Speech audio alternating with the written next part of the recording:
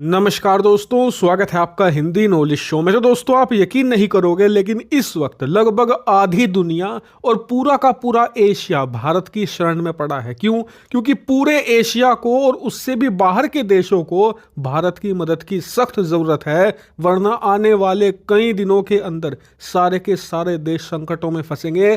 खासकर कि वो देश जो कि मुस्लिम कंट्रीज हैं, यानी कि जहां पर मुस्लिम्स की संख्या ज़्यादा है, वो देश तो बहुत बड़े संकट में फंसेंगे। क्योंकि आने वाले कुछ ही दिनों में रमजान का महीना शुरू होने वाला है और अगर भारत ने इन तमाम देशों की मदद नहीं करी तो ये सभी देशों की लंका लगना तय है। लेकिन भारत ने ये बात साफ कर दी है कि हम भी सबकी मदद नहीं कर पाएंगे, हम भी उसी देश की मदद करेंगे जो भारत के हित की बात करता है। ऐसा इसलिए क्योंकि हमारे पास भी ये चीज सीमित संख्या में मौजूद है और इसीलिए भारत उन देशों को प्रायोरिटी देगा जो कि भारत के फ्रेंडली नेशन है, यानी कि भारत का साथ देते हैं। और भारत ने ये मदद शुरू भी कर दी है। लेकिन ये पूरा मामला है क्या और किस चीज को लेकर ये पूरी जंग है, चलिए मैं आपको ये चीजें विस्तार से बताता हूं।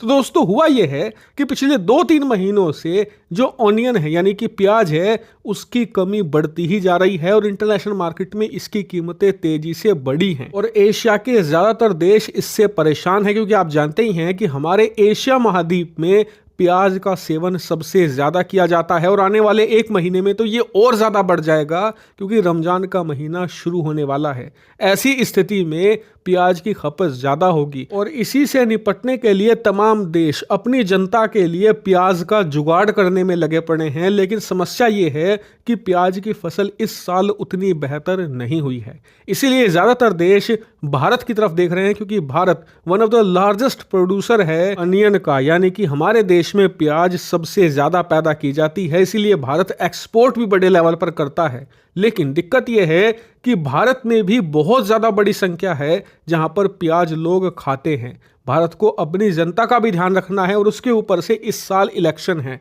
इसीलिए सरकार कोई भी रिस्क नहीं लेना चाहती। सरकार ये चाहती है कि इस साल कम से कम प्याज के दाम लिमिट में रखे जाएं और इसीलिए भारत ने प्याज के एक्सपोर्ट पर फिलहाल बैन लगाकर रखा हुआ है और भारत के पास जितनी एक्स्ट्रा प्याज है वही हम एक्सपोर्ट कर रहे हैं। लेकिन हम उन्हीं देशों को एक्सपोर्ट कर रहे हैं जो वाकई में ही भारत के बहुत ज़्यादा फ्रेंडली कंट्रीज हैं। उदाहरण के लिए भारत के पास यूएई, बांग्लादेश और भूटान जैसे देश आए थे कि जी कुछ भी कीजिए लेकिन हमारी मदद आपको करनी ही पड़ेगी। अब ये सभी देश भारत के फ्रेंडली कंट्री हैं, इसलिए भारत ने तुरंत अनाउंस किया कि 64,400 टन प्याज इन तीनों देशों को भारत एक्सपोर्ट करेगा। इसके अलावा अब से कुछ ही घंटे पहले भारत ने यह भी ऐलान किया है कि जो बहरीन, मॉरिशस है, इसके अलावा जो भूटान है, इन्हें भी लगातार प्याज का एक्सपोर्ट जारी रखा जाएगा। लेकिन इसी के साथ भारत ने इंडोनेशिया को मना कर दिया है कि जी फिलहाल हम आपको प्याज का एक्सपोर्ट नहीं कर पाएंगे। इसके अलावा बताया जा रहा है कि करीबन 2 दर्जन से भी ज्यादा और देश थे जो भारत से प्याज की मांग कर रहे थे,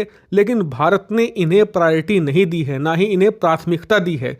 भारत प्राथमिकता उन देशों को दे रहा है जो भारत के क्लोज हैं, यानी कि ऑल वेदर फ्रेंड है। लेकिन कुछ देश ऐसे हैं जो बरसाती मेंढक है, यानी कि जब भारत का अच्छा वक्त आता है तो भारत के साथ हो लेते हैं, बुरा वक्त आता है तो दुश्मनों के गोद में बैठे मिलते हैं। उन सभी देशों से भारत ने किनारा कर लिया है और साफ कहा है कि हम आपकी कोई भी मदद नहीं करने वाले। और मेरे हिसाब से ये सही पॉलिसी है। भारत ने चावल के केस में भी ऐसे ही किया था, बाद में अनाज के केस में भी हमने यही किया था, एक्सपोर्ट बैन लगाकर अपने फ्रेंडली कंट्रीज को दिया था। और ये सही पॉलिसी इसलिए है क्योंकि अगर हम बरसाती मेंढक देशों का साथ देने लगे तो फिर ऐसे देशों की लॉयल्टी का क्या फायदा जो हर वक्त भारत के साथ खड़े रहते हैं। इसीलिए भारत ने ये पॉलिसी अपना ली है कि हम अपने अच्छे और बिल्कुल क्लीन छवि वाले देशों का ही साथ देंगे, भले इसमें हमें थोड़ा नुकसान क्यों ना झेलना पड़े। हालांकि भारत की इस पॉलिसी पर आपका क्या मानना है, कमेंट करके बताइएगा। Thank you very much for watching video.